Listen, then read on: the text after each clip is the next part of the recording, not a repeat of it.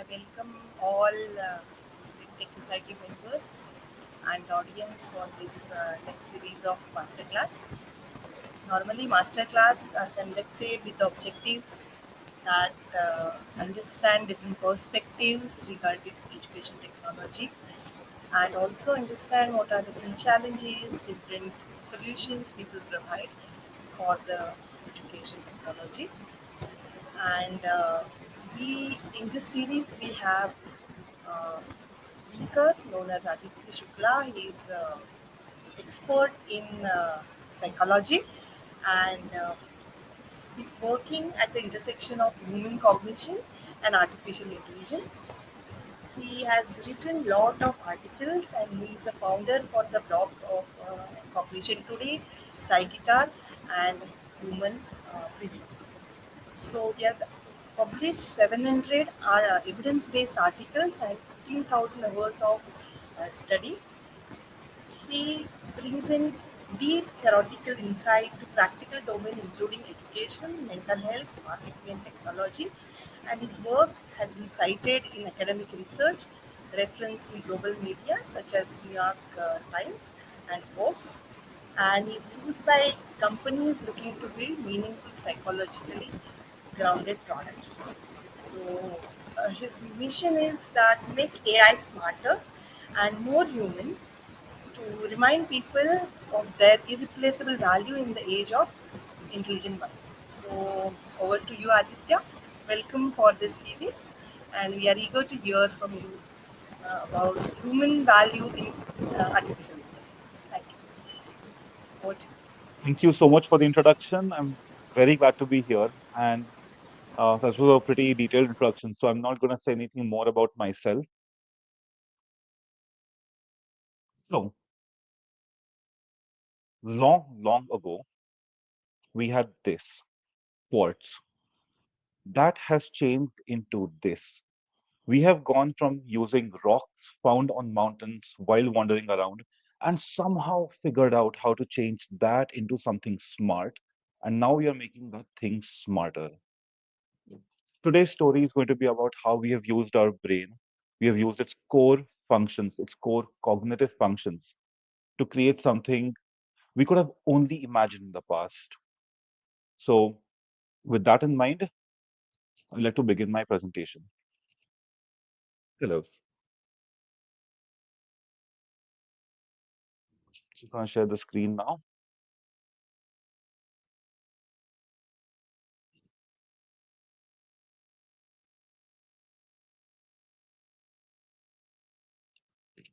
Okay, I'm hoping everything is clear. You can see it and I'm audible.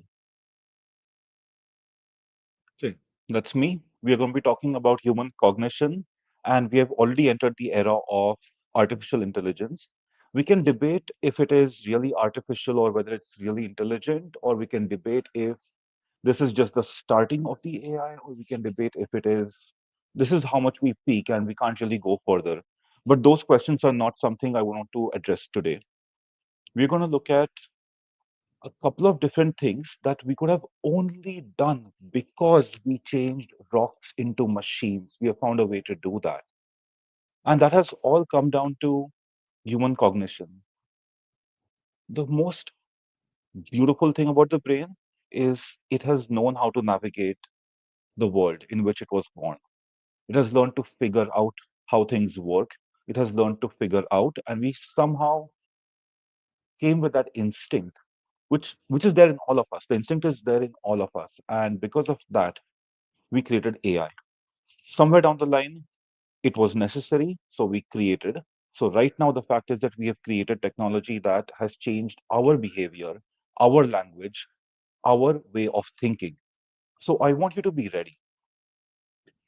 Be ready to figure out what your fate in society is, what your fate in the world is, what you can imagine. I want you to be ready to consider whether you're getting smarter or you're making AI smarter.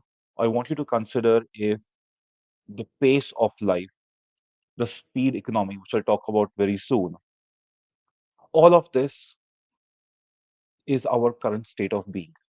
We have to figure out a couple of things, and that gives me this opportunity to present some of the ideas I've been working on, which will soon I'll soon be publishing them in my book, perhaps next year.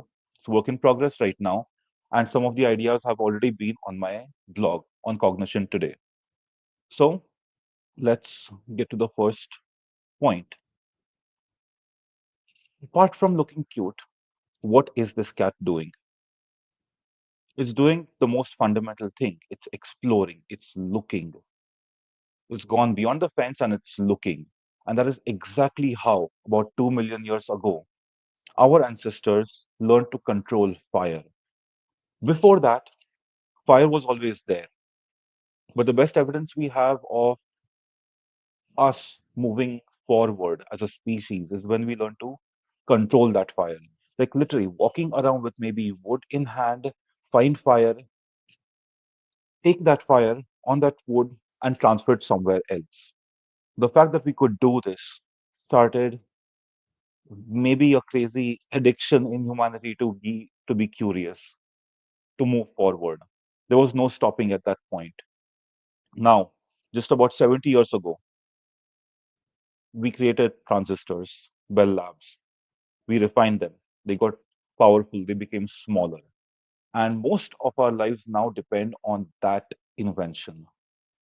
I don't know how soon we are to the next most significant thing, but I think everyone has this feeling that we are somewhere around the corner right now. It's there. It's coming forward. Ideas like, can we become gods? Can aliens come? Can we talk with aliens? Will robots take over our lives? Will robots conquer us? Do we have to have a war with robots? Are we useless if AI becomes really good and decides to save Earth because Earth provides the fuel and resources for the AI? All these questions, which were once science fiction, are becoming reality.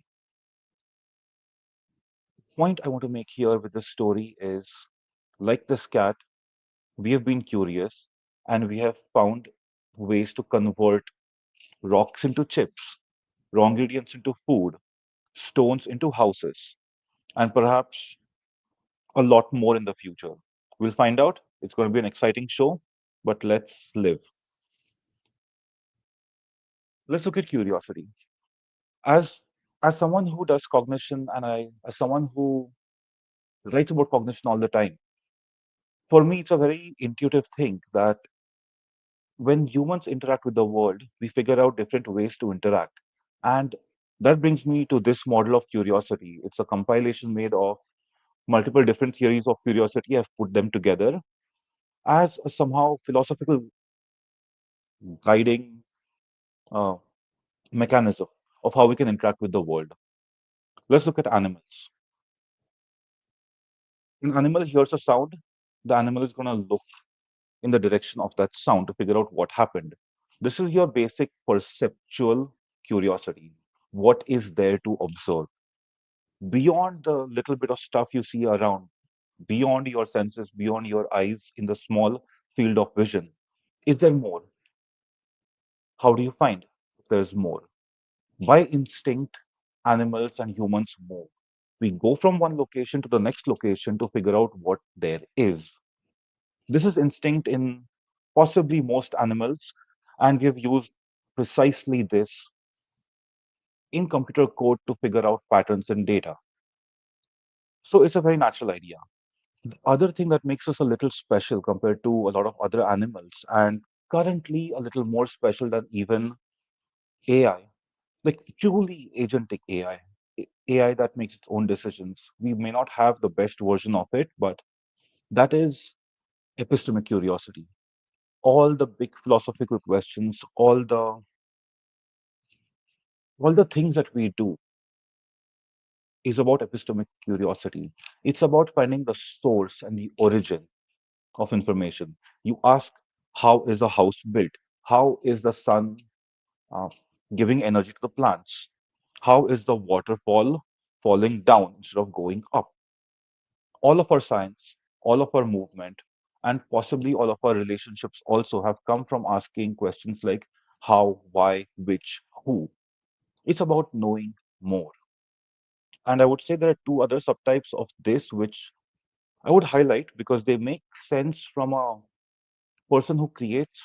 They make sense from the point of view of how we run our economy. They make sense from the point of view of how we engage with other people.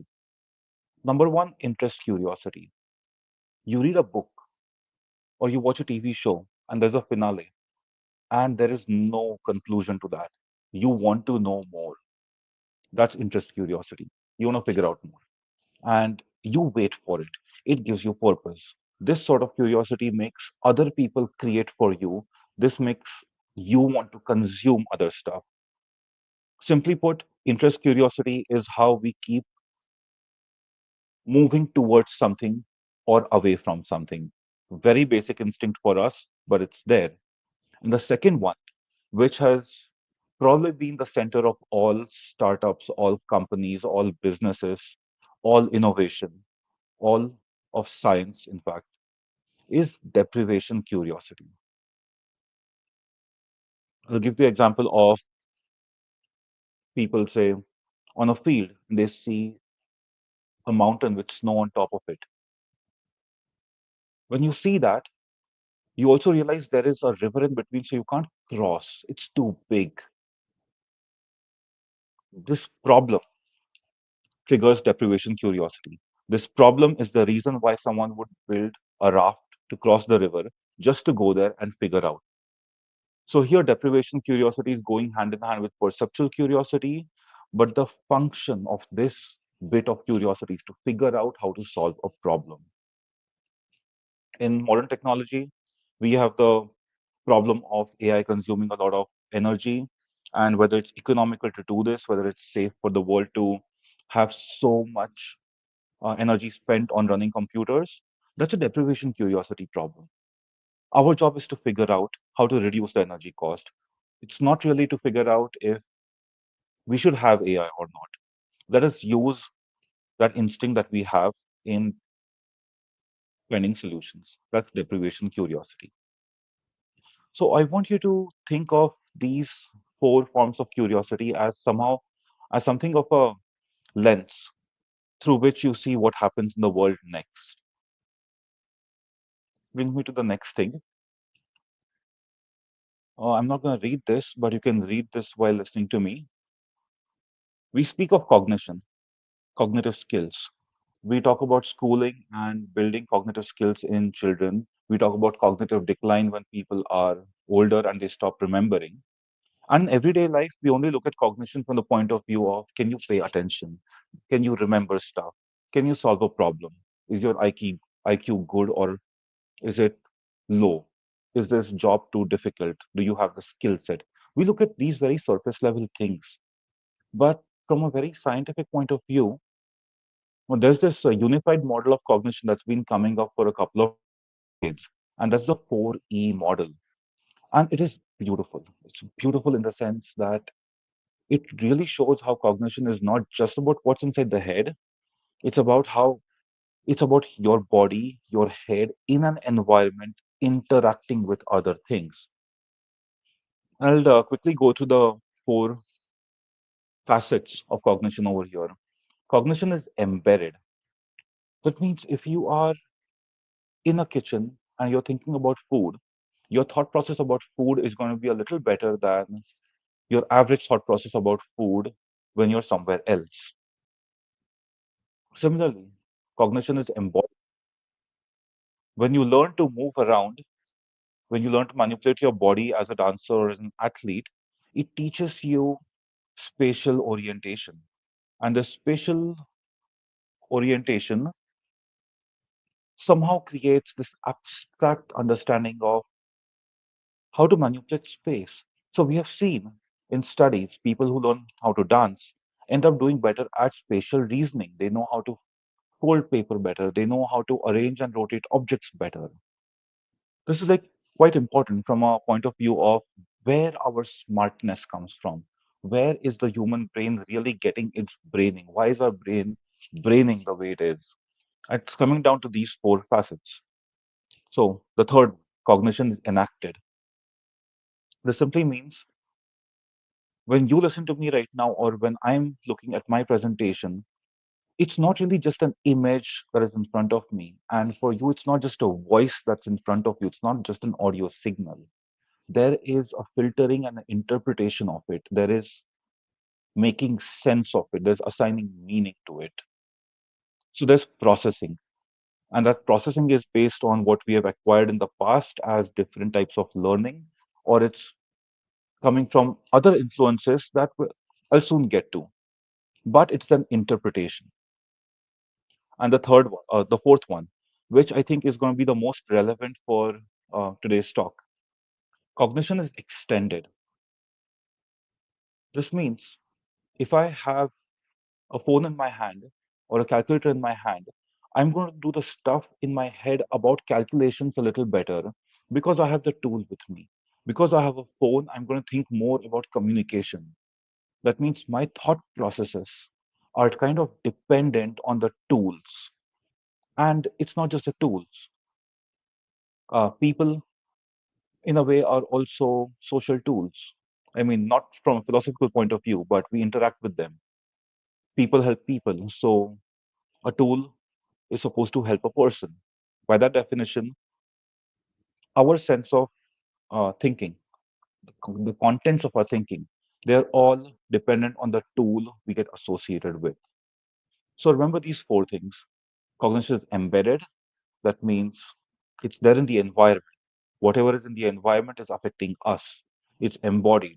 Whatever we learn through our body goes inside our head to become sophisticated ways of thinking. Cognition is enacted. We're not just receiving information as data, we are interpreting it. And cognition is extended. Our thinking is connected to the tools we use. You remove any of these things, and our cognition drops.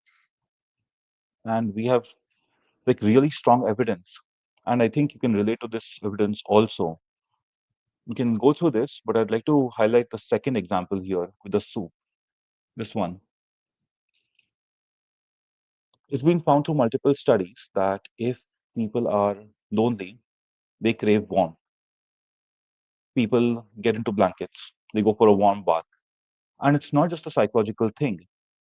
Warm soup is a physical sensation of heat that has translated in the brain into an abstract sense of heat. This abstract sense of heat is applied to other concepts like society or relationships. So, from the food, from the warmth of the food, the feeling of heat is translated iteratively into a social warmth. And we see that people, when they consume something hot and warm, when they're lonely, start feeling better. They feel less sad. Even the concept of beauty, we realize that in, with how social media has moved right now, our concept of beauty has changed from just physical appearance to finding code beautiful, finding thunderstorms beautiful. In fact, people even go all the way to, so far ahead to say that the way someone dies can be beautiful. So all these different ideas of beauty are still rooted in that physical sense, but has gone through so many tiers of abstraction that our definitions in our head has changed. These examples are all to prove one point right now. The way we think, the way our brains, the way we process the world, it involves a lot more than what we call just the cognition. It's the environment, it's the body, it's the stuff inside the brain. I'm not saying it's consciousness or anything because we don't really have a technical definition of it, but what we do have a technical definition is the four E's that unifies all of us. And so far, we have never created a creature, uh, animal through cloning, or even a robot, at least the consumer grade level, that has mimicked this sort of processing. So, if you were to ask me, what is special about humans if we are not so smart compared to AI on most other things? The answer comes down to the way we work, the way we think is stacking up very small influences through our life. lifespan based on the environment which we don't always have control over, based on the things we learn to do physically, which we sometimes don't have control over. And all of that builds up into our cognitive architecture. This cognitive architecture creates a unique way of thinking, unique way of processing, which is fundamentally and only by definition. I'm not saying good or bad or better or worse. By definition, it is going to be different from however we program an AI or however an algorithm decides to guide the AI's capabilities in the future. All I'm saying, it's different. And that difference is where the uniqueness lies, because that's where we carve our space as a cognitive physical being. So, with this, I'll come to the question that has been on LinkedIn, on Twitter for a very long time, and people have spent hours and hours writing comments on Reddit just to make a point. And people love to fight over this. And honestly, even I've loved to fight over this. We have to ask the question, are we getting smarter or are we getting stupider? Or we're just in between. And I think a lot of people are starting to realize that AI is not just making us smarter or dumber. That's not the question. Is it making us artificially smart to the point where we think we are getting better? But it's really just the AI doing the stuff for us. And I feel this question is also a little bit of a problem because if AI, generative AI specifically, not other types of AI, if you're using ChatGPT or Perplexity all the time or Copilot to do all of the work, okay, we are using a tool, right? We are making use of a really smart tool to get our ideas out. And this has made people ask the question, have we outsourced our thinking to AI? Again, I don't think this is a very profound question to ask any because I want to tell you the story of how memes became a thing. We'll get to the AI symbiotic crisis and the ChatGPT effect soon. Both will be central parts of my book and are already on the blog. You can scan the QR code to get to the website. You have seen this, I'm pretty sure. This is, I spent too much time looking at this. This is the OEAE cat. The thing in the center is tung tung tung tung tung tung tung tung tung tung tung tung tung sahur, which is the latest sensation in brain rot on the internet. The world has been taken over by this AI generated brain rot, which people love to engage with. Somehow, I never thought that tung tung tung tung tung tung tung sahur is going to beat the OEI cat, but it did. And this is just how we are moving as memes. The third image over here is what gives power to people. You'd expect money or status, but if you know, on the internet, it's been very common to just copy paste the statement on random videos. Mitochondria is the powerhouse of the cell. If it's a science post, people are going to say it. It's just a thing. And we love to engage with other people who do this. And there are thousands of these statements, used to be called copy pastas in the past. But now there are different bits that we write in comments, different bits we say to people online. And honestly, those are outsourced cognitions.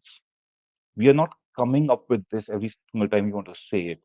We have learned that there are templated few ways of speaking on the internet that we just use and regurgitate and sometimes innovate. My current favorite statement on the internet is if someone does something crazy or weird or innovative, which just shocks people and feels so unobvious, my instant thought is okay, this is acceptable use of free will. It's not my thought. I saw it on some other comment. But now I've learned to think. If someone does something pretty fascinating, I'm going to think this really is crazy, amazing use of free will. So now this is a cognition that I outsourced from someone else who possibly also outsourced it. And I'm not even transforming, I'm not doing any added value. I'm just placing that thought and associating it with something else, which probably didn't have the same thought from other people in the past. The point is, we have been outsourcing cognition for a lot longer than getting work done by AI. So, because of this fact, and I spent a lot of time thinking about how memes have changed the world. think in 2019 or 2020, I wrote an article on memes, which was perhaps the most enjoyable thing I've ever written until I wrote about brain rot, which is now maybe the most enjoyable thing I've written. But let's go back to the memes over here. And in the previous slide, I have written the AI symbiotic crisis. And this is a problem that we are going to face, or maybe we are facing. Let me describe this. We have a situation here that humans stop thinking. We don't think as much. We get all of the work done by AI because it makes us feel artificially smart. And other people believe it. So we have somehow deluded ourselves that we can do a lot of work. And this has led to a lack of use. Like we're not using our brain enough. I'm not saying this is a fact right now. I'm saying this is one of the possibilities. The problem is if we get brain rot, if our brain deteriorates and if we stop thinking, essentially the AI that we um, use also starts degrading. And there's a technical problem over here, which AI researchers have called model collapse. When you are artificially smart and you generate a lot of garbage content, which some people call slop, this slop content, I think it's slop. I will fix it if it is wrong later in the comments. If we produce lots and lots of garbage on the internet and that garbage is used to train the AI is going to get worse. This is model collapse. But humans are brain rotting and AI is having its model collapse.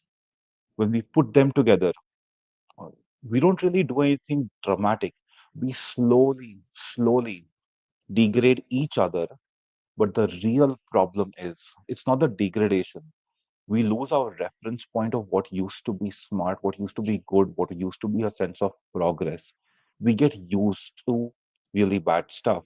We start accepting low quality stuff. We start thinking low quality thoughts. We essentially degrade each other and we don't even realize it because we are no longer competent, nor is nor are the tools that we create are competent because it's a codependent relationship. We consume bad content, we go down. AI gets trained on bad content, it goes down. Together, we keep engaging with our tools and reach the ultimate form of brain rot. This is a problem. And I strongly believe that we need to avoid this problem. And we'll get to how we avoid it.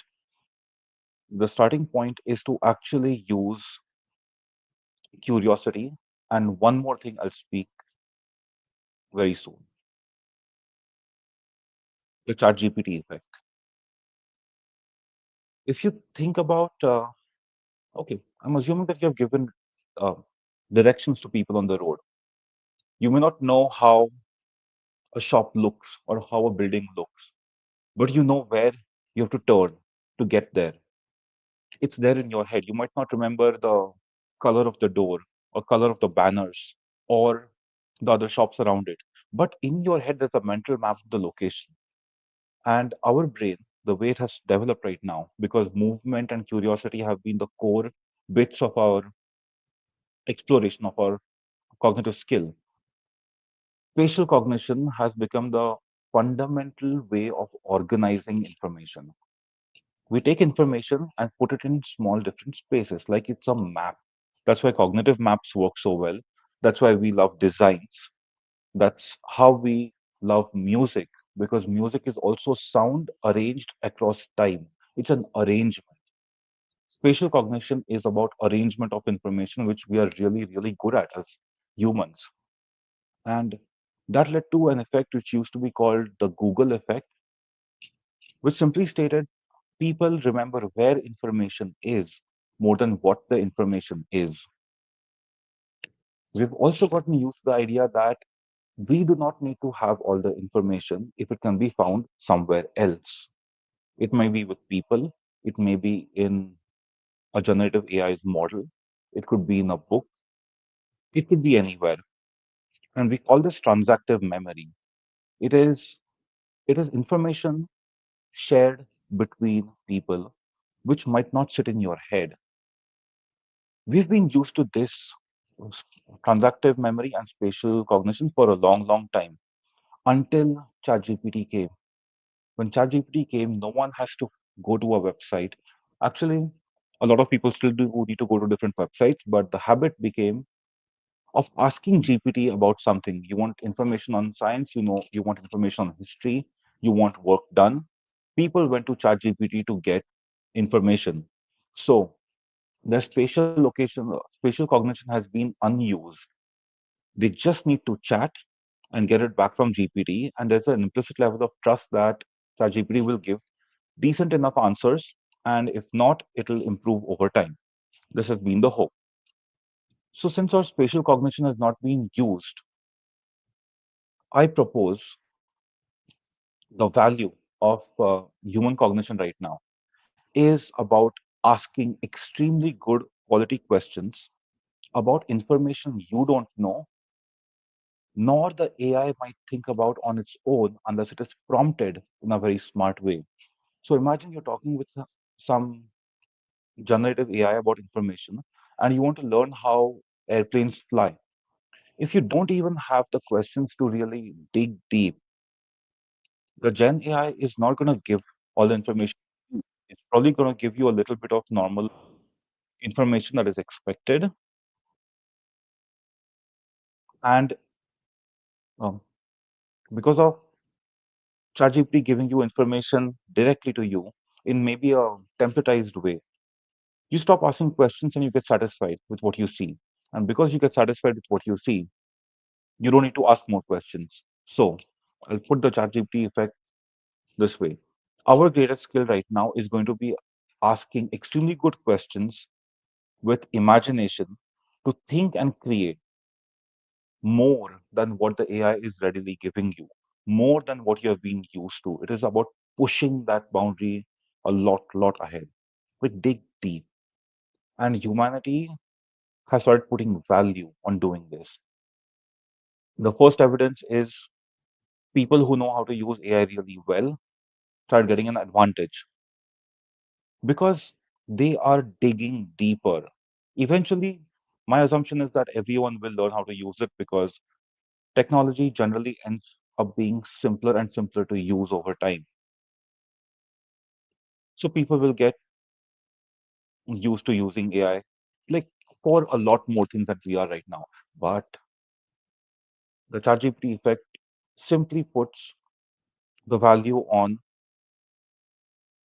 asking extremely good questions to get ahead. And for this, there's a small skill. It's about thinking and imagining what you might not know. So if I don't know anything about cooking, I don't know where to begin. If I don't know where to begin, I am happy with whatever is given to me. My skill now to make use of to make good use of my brain is to learn enough, still get educated in a skill, still improve a skill so that when I ask questions for which answers are not there in my head, I can get them and together I can do more with those questions. And I'll give you an example of where we are headed with this. The Dragon show with drones in Shanghai for, I think, the Lunar New Year. It is fantastical. There is no real value to using something of that sort and spending so much time on it unless you are of the belief that art is art. Art is worth engaging with. But I want to highlight something deeper than this. We imagine to create fantasy. We imagine to have something. We crave what we imagine. So the ChatGPT effect pushes us, or rather, it just describes this instinct to imagine and get there. Do we have dragons flying in the sky? No. Do we want to see them? Yes. Of course, yes. It's exciting. And then comes people who use the technology, they build technology, they innovate, they figure out, they make it beautiful, and they put that imagination in the sky, and it becomes reality.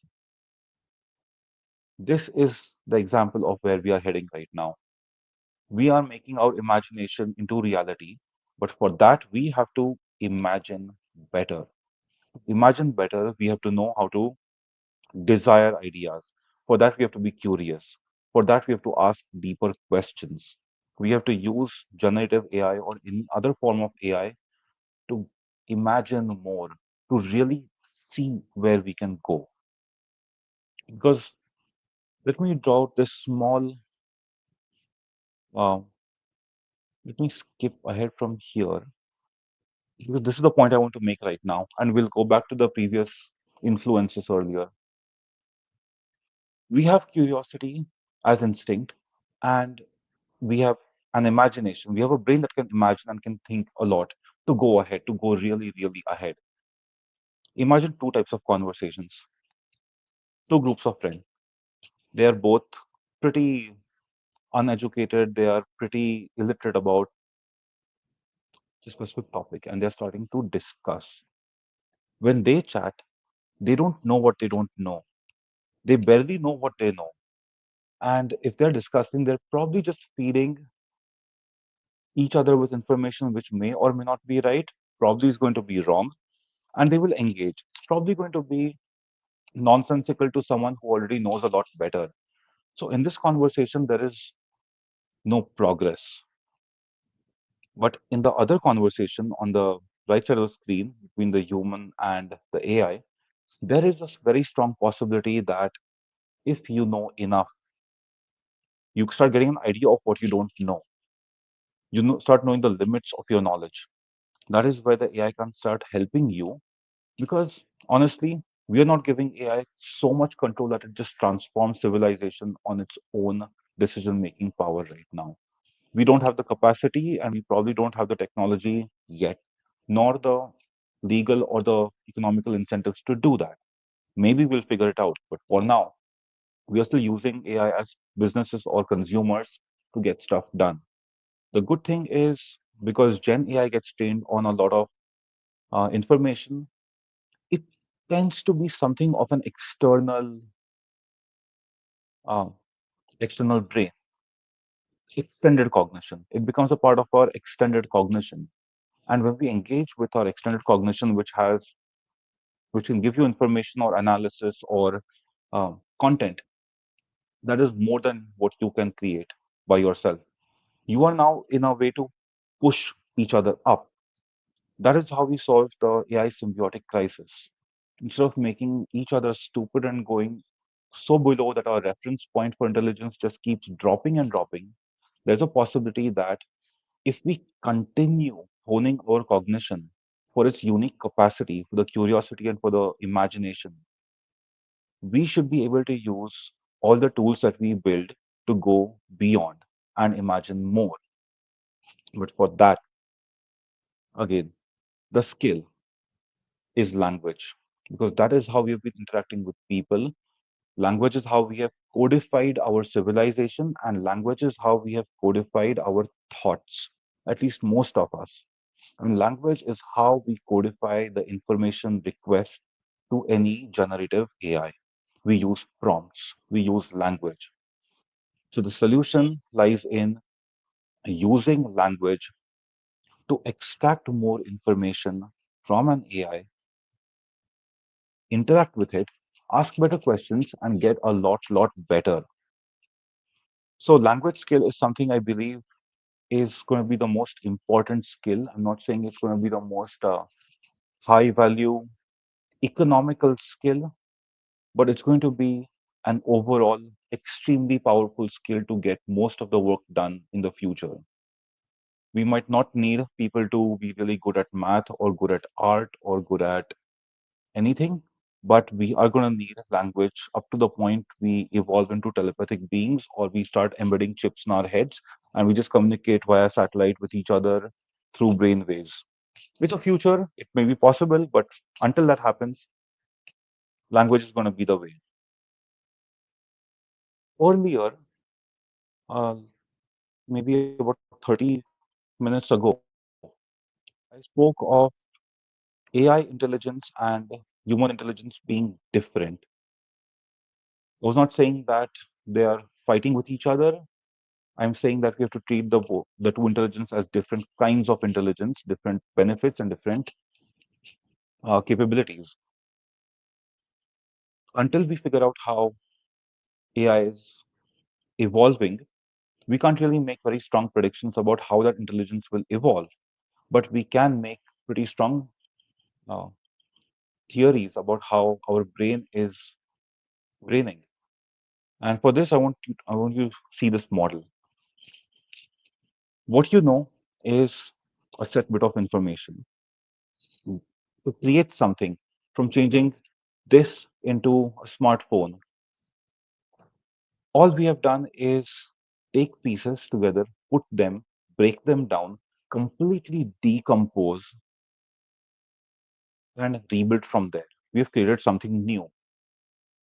Between a rock and a phone, the difference is too big. No one's going to think that they're basically the same concept.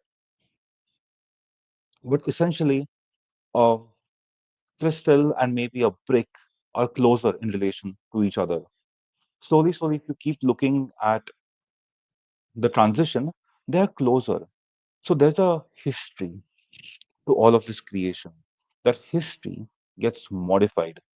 What you create gets modified by your thoughts, your physical ability to analyze things you see around, process in the brain, like even maintenance processes. When your brain is resting, it's triggering a lot of neural circuits which highlight information in the brain.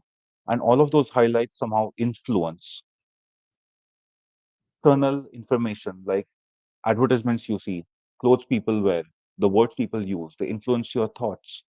All these biases, all these influences, all the mistakes that we make, they all influence what we create and how that history gets laid out. Right now, I'm asking you to think of it backward from what we have created and go back to when we didn't really create anything, back to the era of just figuring out how to move fire from one location to the other location. All of those biases, all of our perception, all of our cognition have laid down this historical path for us.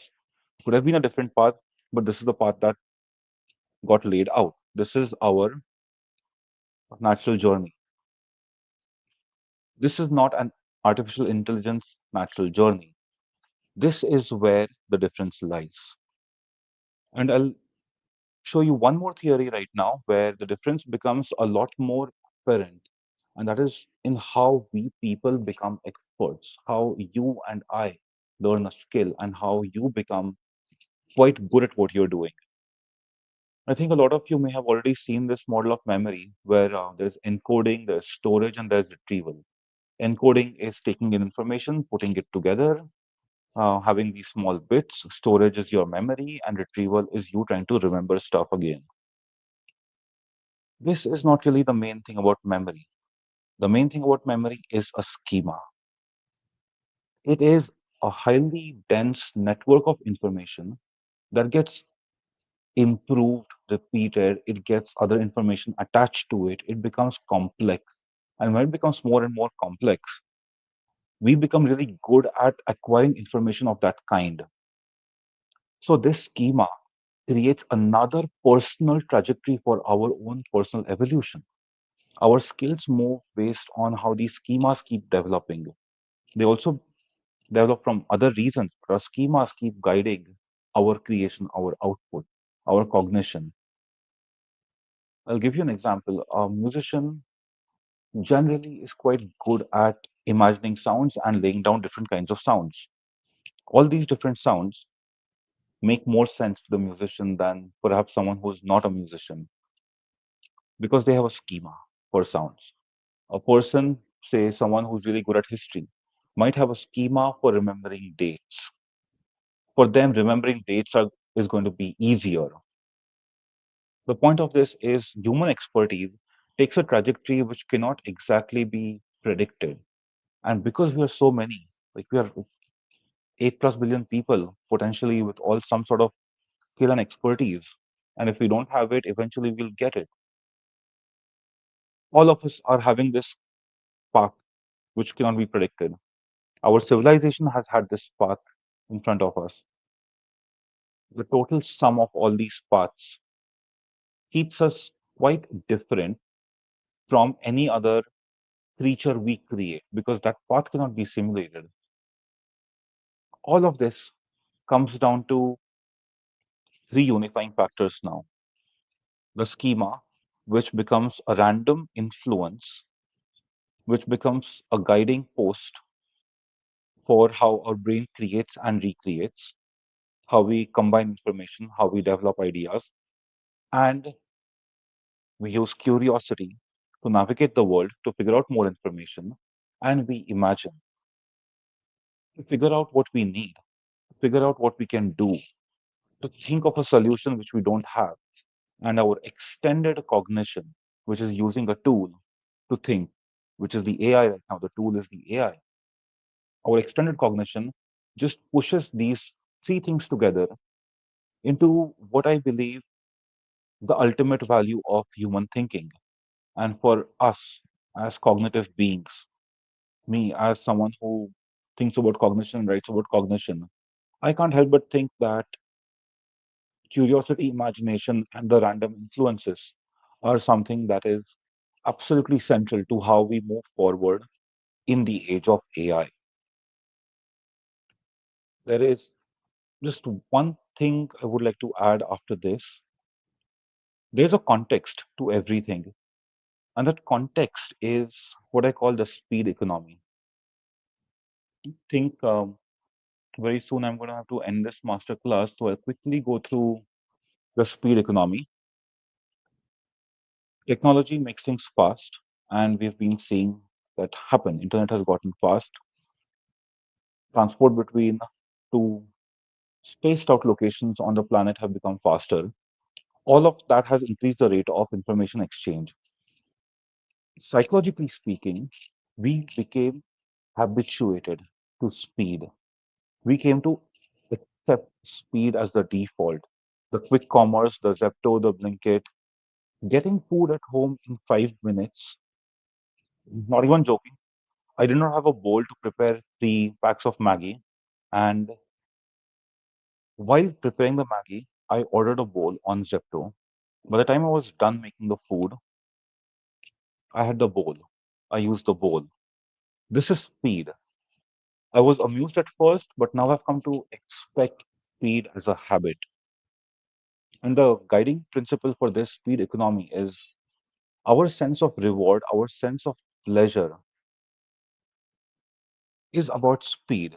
The value is a function of time to reward. The faster we get something, the better we feel, the more valuable we feel. Even for problems, the faster we get a problem, the faster we solve it, the better we feel about it. We can get it done with and move on. This habit of speed has really put us in a point where we create a lot of problems and we solve a lot of problems. And for a reason, AI is now part of the speed economy.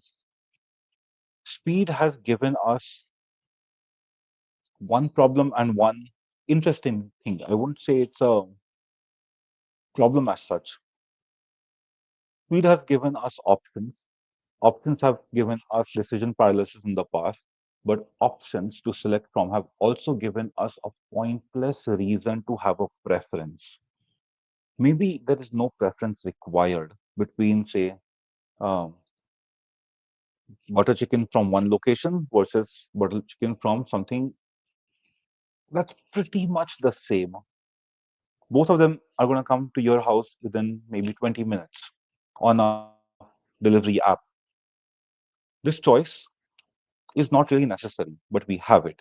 So I'm not saying this is a problem, but this is the state. Sometimes it will be a problem having to choose, even if you didn't really need to choose in the first place. But it has fueled the good thing, which is it has given us a chance to desire more. And when we can desire more, it goes hand in hand with thinking and fantasizing more and imagining more. At some point, the speed economy put together with how AI has accelerated the speed at which we do things, including getting information, creating stuff, including getting companies to fail and prosper very quickly. Just the speed has increased.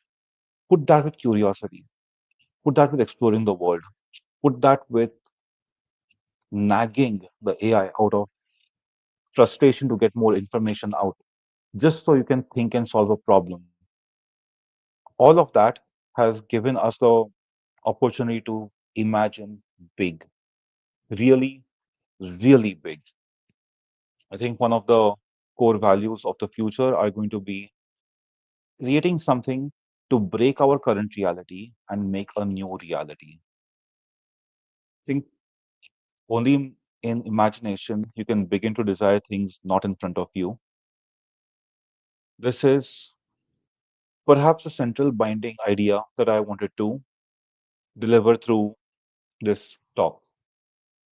Hope you have enjoyed this and thank you. If you have questions, please send them via chat. I'm here for a little while.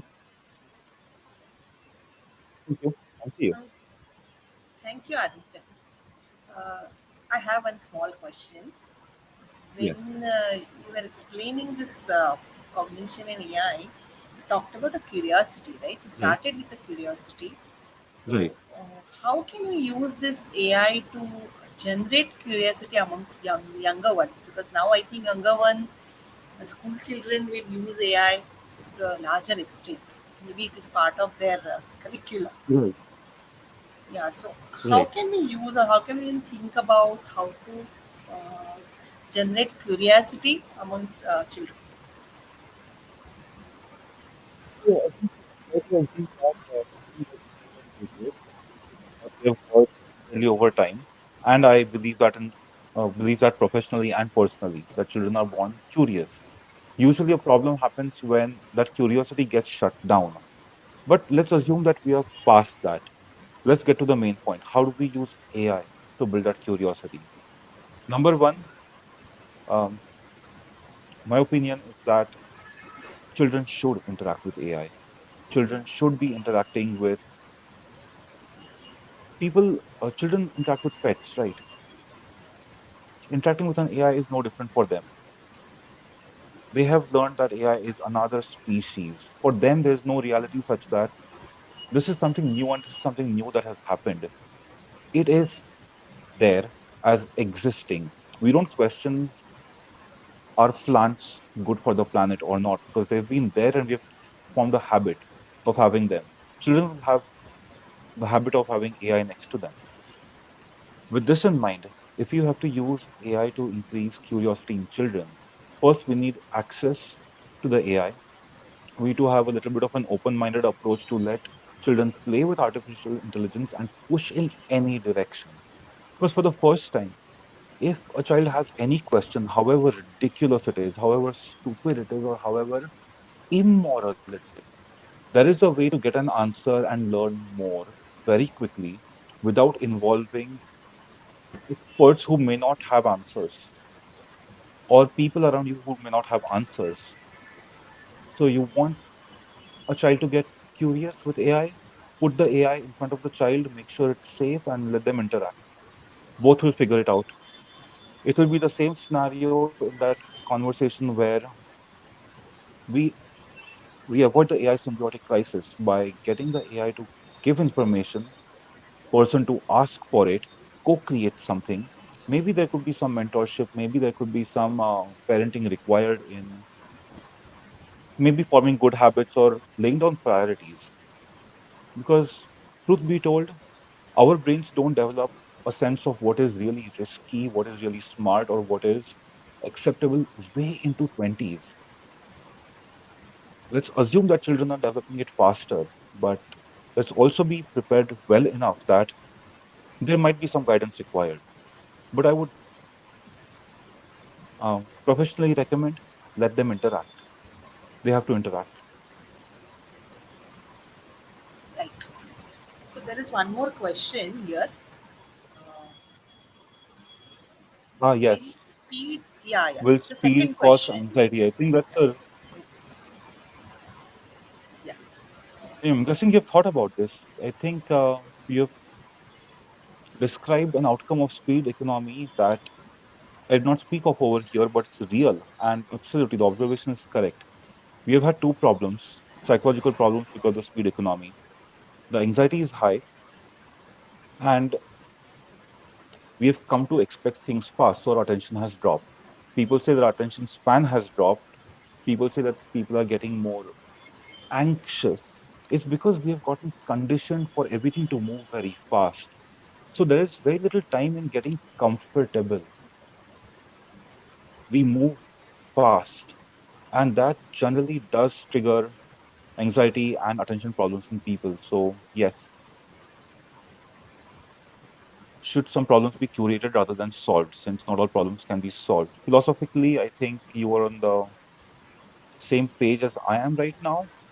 But for now, because we have limited resources, I would say that some problems should be curated and prioritized, just the way it is done in medicine, because limited resources.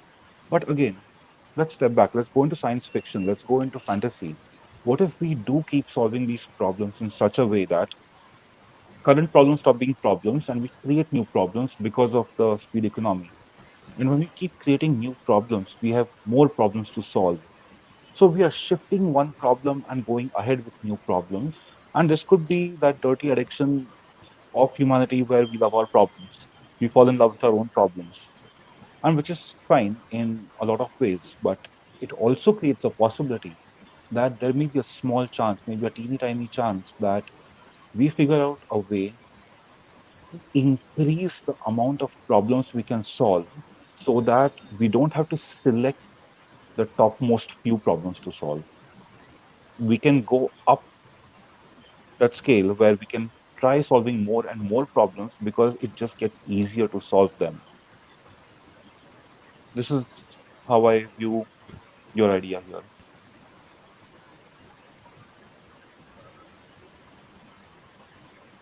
One more What ethical questions there. boundaries should exist when designing AI that mimics or manipulates human cognition?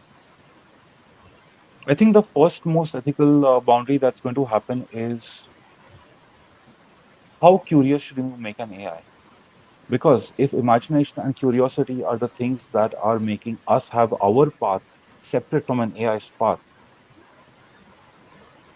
do we trust ourselves? Do we trust an AI to have a path that is in our best interest?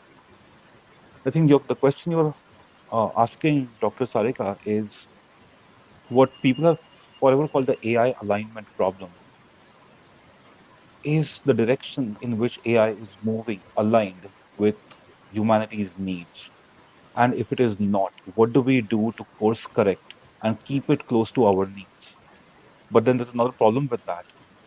Do we know our needs well enough? Are our ethical boundaries prohibiting a better AI, or are they actually just a way to play safe and keep the AI aligned? I do not have a real answer on it, but I can offer some opinion that the first ethical boundary we have to draw is figuring how to keep AI curious, not generative AI. I'm talking about agentic AI, which we program into making decisions into larger systems, something that could possibly govern the internet or overall security or social data. I think how much curiosity you give, how much access is not the biggest concern I have as a consumer. But if an AI is too curious about me, there's going to be a small acceptance problem. And the psychological acceptance from people could then be a deterrent into like really improving the AI. We have to get comfortable. We can get shocked into liking something, but maybe that's just a lucky moment. We have to play it more. Like somehow make sure we start comfortable before we take it. So I think prioritizing how much curiosity you get there and what sort of uh, information you get trained on. These things are the most uh, is going up on the top.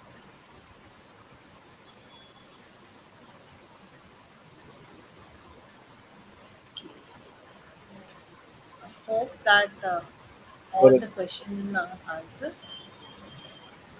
Yeah, there is one more question. And I think probably this will be the last question we'll take. Okay. Yeah. So it is, how can we be more curious when interacting with Gen AI? Uh, I think there's a straightforward answer to this. You explore yourself, not with Gen AI. You explore the world. You learn new things, learn languages, have new experiences, do multiple jobs, get skills, all because that gives you more and more things to talk about. And those are your access points, which Gen AI can maybe give more information about, more interesting ideas about, can make you think better. Your cognition can get extended if you have enough stuff to extend.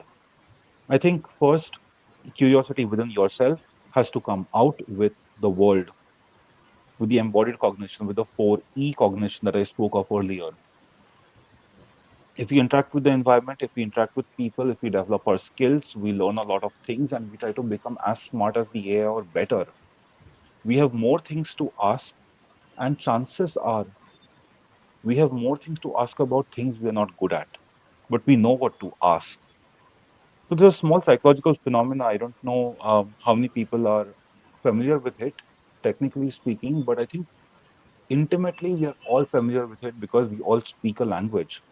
It's called hypocognition. It's become one of my favorite topics to think about while writing about language. If we don't have the words to describe something, it's very hard to think about it. So if we do not have words to discuss concepts, discuss ideas, discuss what can happen, if we lack the words, we don't know how to ask, we can't think about it. So the answer is keep your cognition refined. And once it is refined, once you realize that you're reaching your limits, that's where you extend your cognition with AI. That's the gap. That's where we get the useful stuff.